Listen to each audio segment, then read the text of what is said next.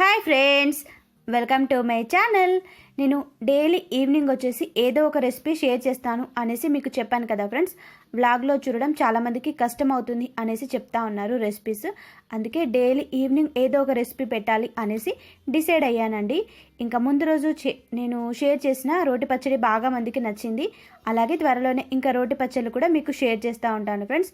ఓకేనా? ఈరోజు వచ్చేసి రెసిపీలో నేను బీరకాయ ఫ్రై కర్రీ చూపిస్తున్నాను. చాలా సింపుల్గా చేసుకునేది.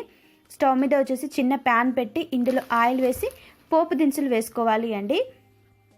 ఇవి ఫ్రై అయిన తర్వాత ఇందులో మనం ఉల్లిపాయ ముక్కలు వేసుకోవాలి.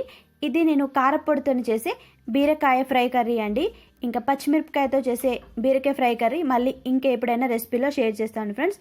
ఇదైతే చాలా సింపుల్గా చేసుకోవచ్చు మనం.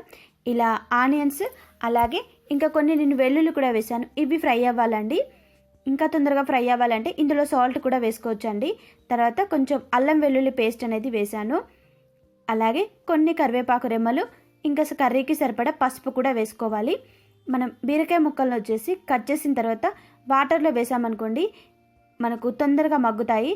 నేను ఇలా వాటర్లో వేసి తర్వాత మళ్ళీ ఇందులో వేస్తున్నాను ఫ్రెండ్స్. ఫస్ట్ నార్మల్గా వేసాను. అసలు వాటర్లో తీసి వేస్తే మనకు చాలా తొందరగా ఉడుకుతాయండి బీరకాయ ముక్కలు వచ్చేసి. ఇంకా బీరకాయ ముక్కలు వేసి ఈ పోపు అంతా కూడా దీనికి బాగా పట్టేలాగా కలిపి మనం మూత పెట్టుకొని ఉడకనివ్వాలి. కర్రీ ప్రిపేర్ చేసేటప్పుడు ఫ్రై కర్రీస్ సిమ్లో పెట్టి ప్రిపేర్ చేస్తే తొందరగా మనకు ఉడుకుతాయి. ఇందులో నేను కొన్ని లైట్గా వాటర్ వేసానండి. అసలు వాటర్లో దేవుకుంటూ వేస్తే బాగుండేది అనిపించింది నాకు. తర్వాత ఇంకా ఒక చిన్న గ్లాసులో సగం వాటర్ వేసి ఫ్రై చేసుకున్నాం అనుకోండి బీరకాయ ముక్కలు తొందరగా ఉడుకుతాయి ఫ్రెండ్స్.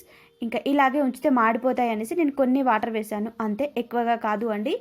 ఇలా మధ్య మధ్యలో కర్రీ అనేది కలుపుతూ ఉండాలి, లేకుంటే మాడిపోతుంది.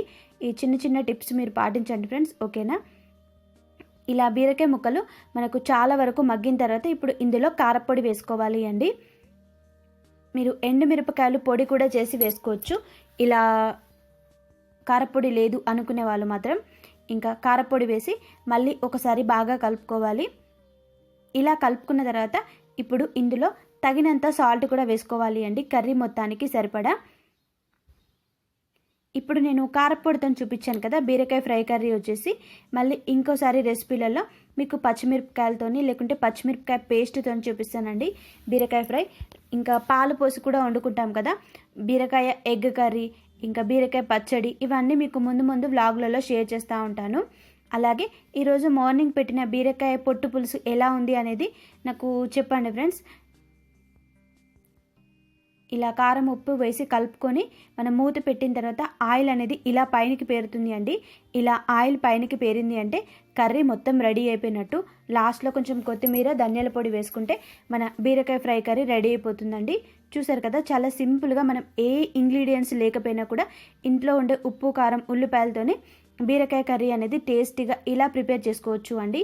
మీరు ఇందులో కావాలంటే పెరుగు కూడా యాడ్ చేసుకోవచ్చు, గ్రేవీ లాగా రావాలి కర్రీ అంటే. నేను ఏమీ యాడ్ చేయలేదు. ఇంకా దీన్ని వచ్చేసి రైస్లోకి సర్వ్ చేశాను. ఇది రైస్లోకి, రోటీలోకి, పూరీలోకి దేంట్లోకైనా బాగుంటుంది ఫ్రెండ్స్. మీకు నచ్చితే దేంట్లోకైనా సర్వ్ చేసుకోవచ్చు. ఈ రెసిపీ నచ్చితే నా వీడియో కింద లైక్ చేయడం కూడా మర్చిపోవద్దు ఫ్రెండ్స్. ఓకేనా? మళ్ళీ మనం సరికొత్త రెసిపీతో మళ్ళీ కలుద్దాం. అంతవరకు బాయ్, టేక్ కేర్.